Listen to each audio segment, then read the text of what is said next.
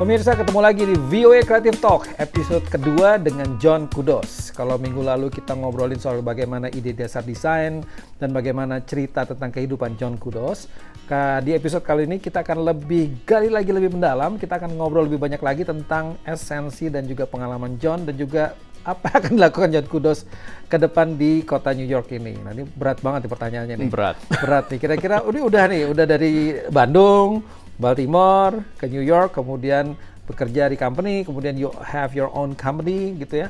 Sekarang, so what next? What next, John? Sebetulnya untuk ke depan kita itu sudah mulai kolaborasi dengan beberapa agensi yang lain. Kita ini sebut namanya Casa Collective ya. Nanti saya sharing dah. Casa Collective. Ini tuh kolaborasi antara tiga expertise yang berbeda, semuanya nyambung ke bidang kreatif. Jadi tiga expertise yang berbeda, berarti dari bidang berbeda-beda. Bidangnya berbeda-beda, tapi kita merasa ada overlap di antara kita bertiga ini. Jadi dari company saya, Kudos Design Collaboratory, kita itu lebih ke 2D, two dimension ya. Dari sana kita bisa bilang branding, communication design, social media, website dan lain-lain. Partner saya Robert itu dari industrial design atau product design atau 3D dia. Dari 3D ini dia bisa mendesain sebuah space atau environment atau membuat produk botol apa segala macam. Betul, atau 3D printing gitu ya dengan eksperimen-eksperimen yang baru. Dan satu partner lagi namanya Masa, dia itu dari Tokyo. Dan dia ini ahlinya dari storytelling, kita sebut 4D. 4D, storytelling. Karena dia lebih imajinatif ya berarti, karena storytelling. Banyak imajinatif dan bisa dibilang ada unsur magicnya gitu. Jadi dari storytelling, kreatif teknologi, filmmaking, ya ini kita secara kolektif kita bergabung supaya bisa membuat project-project yang menurut saya itu break the ceiling gitu. Seru nih kayak gini, ini seru nih. Yang satu dari Jepang, storytelling, yang satu industrial, satu lagi 2D. Ini, jadi N-nya akan kemana nanti? Nah, tujuan kita secara kolektif itu membuat project-project yang bisa dibilang futuristic atau tidak bisa diimajinasikan sampai bisa direalistiskan gitu. Jadi things you can dream about. Oke. Jadi sesuatu yang we can dream about, tapi kita nggak pernah lihat itu ada. Gitu. Ya, jadi kalau secara kreatif itu kita harus mikir dan juga harus bukan secara kreatif ya, bukan idenya apa. Kita tuh harus mikir eksekusinya gimana nih nanti. Build ini ngebuat satu environment seperti ini tuh gimana caranya gitu. Apa kita perlu bikin teknologi yang baru untuk membuat project ini? Jadi kira-kira bentuk aplikasi seperti apa nanti? Kira-kira. Memang ini belum ketahuan seperti apa nih. Ini dalam bentuk apa nih? Apakah nanti jadi bentuk film atau apa? Belum tahu ya itu. Sudah ada beberapa project ya. Jadi salah satunya yang mungkin untuk kita itu cukup representatif dari yang kita cari. Ini project buat Nike ya. Itu di Manila. Kita bikin satu instalasi untuk kita sebutnya brand activation. Ya. Brand activation. Jadi untuk 10 hari, terus ada running track dengan LED screen yang mengikuti jejak larian orang-orang yang berpartisipasi di sana. Oh oke. Tapi di tempat tracknya berarti? Di tempat, ya. Tapi itu luas sebesar lapangan sepak bola. Wow. Ya, jadi LED-nya itu panjang banget. Gede banget sebenarnya sepak bola. Terus ada satu project lagi buat 7-Eleven, tapi di Taiwan, Taipei ya. Di sana, di mana kita itu membuat satu instalasi, kalau orang itu memberi uang seperti donasi, ada celengannya gitu ya. Tak tahu ada tangan-tangan yang bertepuk tangan. Waduh. Tapi itu jadi kayak ada feedback-nya gitu ya. Gitu. Nah bidang ini kita sebut experience design. Experience design, bisa disebut eksperimental, enggak juga? Bukan eksperimental ya, karena sehari-hari kan saya eksperimental ya. Iya betul. Tapi kita itu membuat satu experience menggunakan semua bidang kreatif yang kita kenal. Tapi ketika membuat experience design ini, kan tadi John juga pernah bilang bahwa kita sebagai orang kreatif harus seimbang antara kreativitas dan juga bisnis. Untuk experience design ini apakah juga sudah diperhitungkan antara kreativitas dan bisnisnya? tentu dong. Tentu ya, udah ya. Karena good design itu good business menurut saya ya. Karena kalau untuk membuat project-project seperti yang tadi saya kasih contoh, itu nggak mungkin kalau nggak ada budgetnya. Betul. Ya, tapi secara experience itu betul-betul meninggalkan kesan di mana orang itu bakal ingat brand ini, ya, sampai projectnya itu bakal diposting sosial media gitu, jadi buzzworthy gitu. Betul, karena orang berpikir brand itu kan apa yang nempel di kepala ya gitu kan. Sebenarnya harus ada diferensiasinya juga gitu kan. Harus ada spesialisasinya. Jadi kalau tadi disebut bahwa orang itu harus seimbang antara kreativitas kemudian bisnis gitu ya. Kadang-kadang kita sering nggak seimbang nih, gitu ya, kreativitasnya kayak misalnya experience jadi pengen lebih kreatif gitu, bisnisnya nggak ada gitu kan. Tapi kadang-kadang keperluan bisnis untuk menyeimbang ini gimana kan John? Kadang-kadang kita juga ini ya. Tapi entar dulu nih, kayaknya waktunya habis. Oke pemirsa, kita akan kembali lagi setelah yang satu ini, tapi jangan kemana-mana, masih bersama dengan John Kudos. Nah ini bukan cuma seorang desainer aja, karena saya juga teknologis gitu di sini. Jadi saya cukup mengerti bidang teknologi. Ya paling sedikit kan website, bikin aplikasi gitu. Itu kan harus mengerti bidang teknologinya.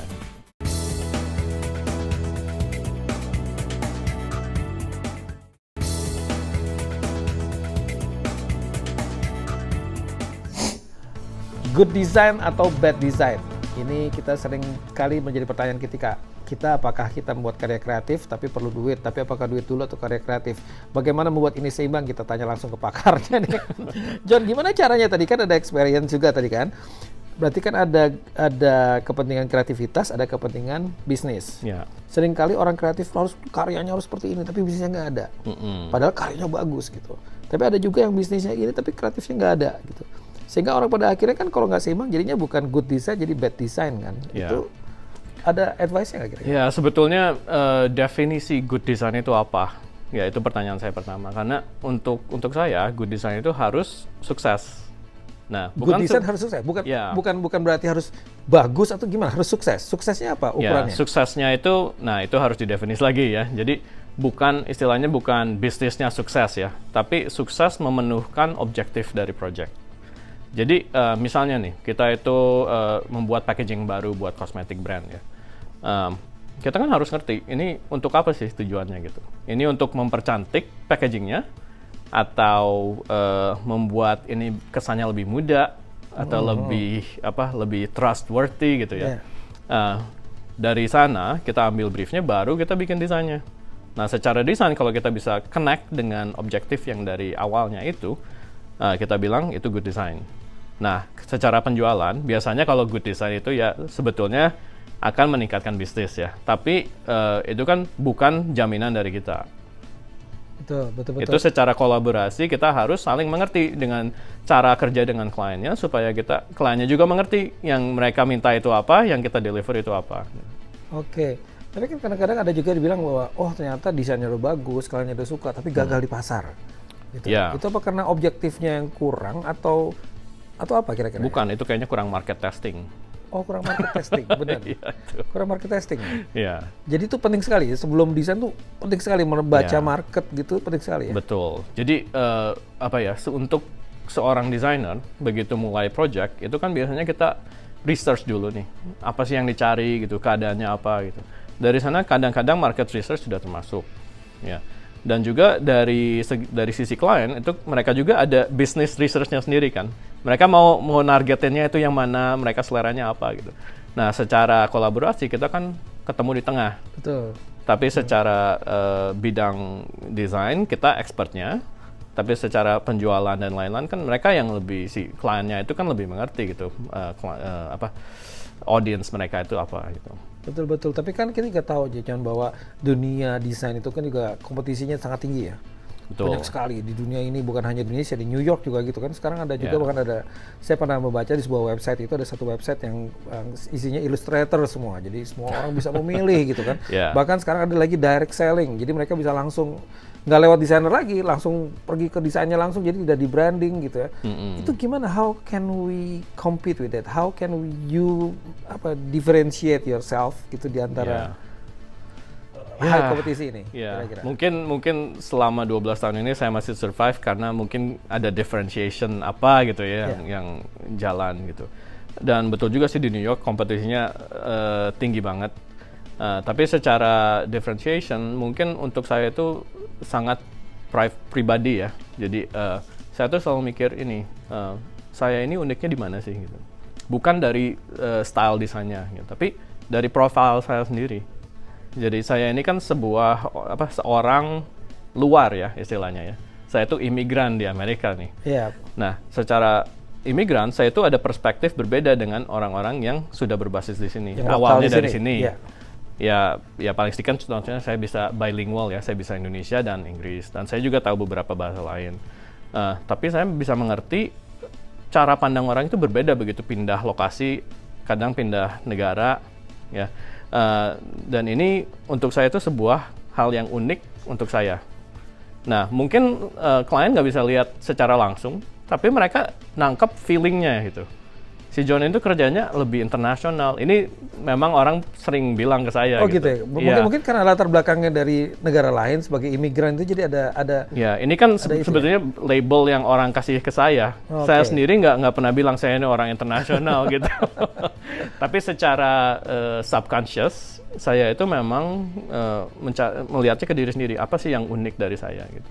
Dan juga saya ini bukan cuma seorang desainer aja, karena saya juga teknologis gitu di sini. Jadi saya cukup mengerti bidang teknologi.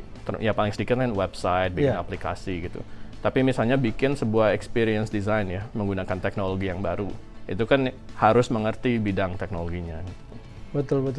Tapi John, kalau gitu pertanyaan yang selalu ditanyakan orang. Menurut John, apa sih kreativitas itu? Apa sih kreativitas itu? Kreativitas. Tadi kan udah latar belakangnya udah unik gitu ya, segala macam. Atau yang paling gampang gini deh, bagaimana sih menjadi orang kreatif? Kan tadi kan John sudah punya latar belakang berbeda sehingga orang berpikir, wah nih kayaknya karyanya internasional nih. Padahal taste juga udah masuk ke lokal gitu kan, udah bisa sesuai sama orang sini gitu. Jadi kalau dengan pengalaman yang ada selama ini sebagai seorang desainer, dari sekolah, kemudian berhadapan dengan klien, jadi kalau menurut John menjadi orang kreatif itu gimana sih caranya gitu? Apa yang diperlukan sebagai seseorang untuk menjadi seorang creative person? Ya, kreativitas itu menurut saya sebuah aset yang tidak bisa di-replace begitu gampang ya. Sebetulnya waktu saya di SMA dulu itu nggak ada kelas untuk art sama sekali, karena zaman dulu memang belajar segala macam. Itu kan sosial atau fisika gitu ya. Padahal belajar gambar aja. Iya, nah saya kan memang suka gambar dulu ya. Tapi bagusnya ya di rumah saya itu nggak pernah dicegah gitu ya. Jadi gambar ya silakan gitu kan. Ini karena membantu kreativitas. Ini satu hal yang saya rasa penting sekali. Karena saya juga punya anak. Anak saya yang masih baby dan kelas 1, saya suruh mereka kreatif sebisa mungkin. Karena ini satu aset yang menurut saya tidak bisa di-replace begitu gampang. Nah, kalau sudah kelihatan nih, misalnya nih anak saya nih udah masuk SMA gitu ya, dan kelihatannya ini anak kreatif banget, menurut ya mungkin planning kita sih akan masukin ke sekolah-sekolah yang arahnya mungkin ke bidang art. Kreatif, ya, orang mungkin art atau mungkin nggak tahu sih nanti dalam 15 tahun ada bidang apa lagi yang baru ya. Karena kan sekarang ada artificial intelligence gitu ya. Digital. Itu kan serem banget kalau kita lihat, wah ini bisa di-replace dengan robot gitu ya. Nah, itu sih satu hal yang akan berbeda, tapi kreativitas tetap nomor 1 menurut saya. Wah, ini seru sekali. Kreativitas ini nggak bisa dibeli, nggak bisa dicapai, pokoknya udah harus dipupuk terus ya kreativitas itu ya. Pemirsa jangan kemana-mana terus, kita masih ada satu segmen lagi dengan John dan kita ngobrolin soal bagaimana nasihat John untuk kita semua. Kembali lagi di VOA Creative Talk. Selama ini saya selalu merasa I'm surrounded by people who inspire me. Oke. Jadi orang-orang di sekitar saya itu selalu membantu memberi inspirasi yang jalan terus untuk saya.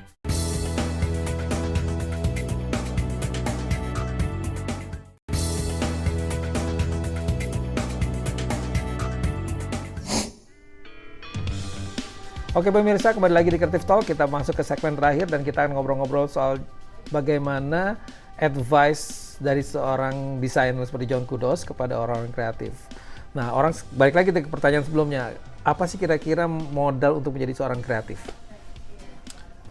Sebetulnya kalau saya lihat dari pengalaman sendiri, waktu dulu saya kerja di Pentagram itu sangat penting ya, karena saya belajar langsung dari mentor yang begitu kuat di bidang desain, dan juga dia sudah dikenal di bidang desain. Dan selama saya di sana, sebetulnya semua hal yang saya pelajari itu masih saya terapkan hari ini. Oh gitu, jadi ada yang perlu, jadi seorang kreatif itu perlu ada mentor juga berarti? Menurut saya begitu, karena bisa juga kalau untung-untungan ya, langsung begitu lulus kuliah atau mungkin nggak kuliah, langsung buka praktek gitu ya, praktek desain gitu.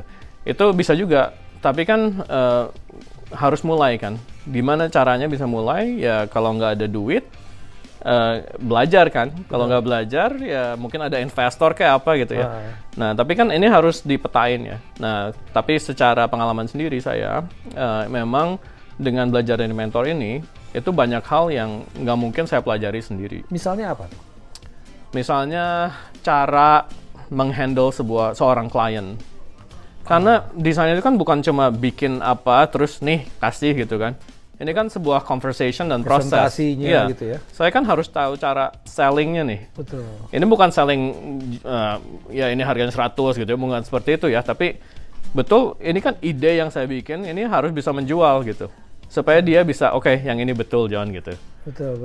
Dan itu bisa belajar dari mentor itu penting sekali. Ya, dan secara, branding diri sendiri pun saya mempelajari dari mentor saya. Gimana sih supaya saya bisa membuat branding diri sendiri supaya dari orang luar atau klien itu melihat saya, oh image-nya si John itu seperti ini gitu. Dan itu apa namanya, nggak bisa diukur dengan uang segala macam. Itu benar-benar mentor, itu benar-benar. Dan juga bagaimana cara kita menggali ilmu dari mentor itu pada kita sendiri ya. Iya. Nah sekarang kalau jadi buat anak-anak ini banyak juga teman-teman di rumah ini kan mahasiswa ataupun lulusan dari kampus desain gitu ya. Kemudian mereka lulus, ada yang graphic design, ada yang illustrator, ada yang segala macam.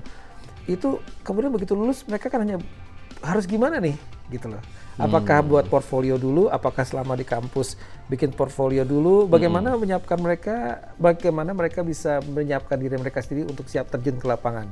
Yeah. Pengalaman dari John gimana nih? Membantu teman-teman gimana caranya? Oh, harus bikin portfolio selama kuliah atau harus cari mentor atau gimana nih John? Apa? Sebetulnya your tips? Ya, sebetulnya kan begitu lulus itu seperti trial by fire gitu ya. Kalau nggak survive ya kacau gitu. Sebetulnya untuk saya pribadi selama ini saya selalu merasa I'm surrounded by people who inspire me. Oke. Jadi orang-orang di sekitar saya itu selalu membantu memberi inspirasi yang jalan terus untuk saya dan juga dorongan supaya saya itu berkembang terus. Nah, ini memang dari awal pun saya merasa ini filosofi ini pasti relevan gitu ya. Karena ya memang saya kan di sekitar mentor saya dari awalnya. Tapi di luar pekerjaan saya pun teman-teman saya itu memberi inspirasi banyak. Dan juga memberi dorongan supaya saya tuh grow terus dan eksperimen terus, reinvent gitu ya.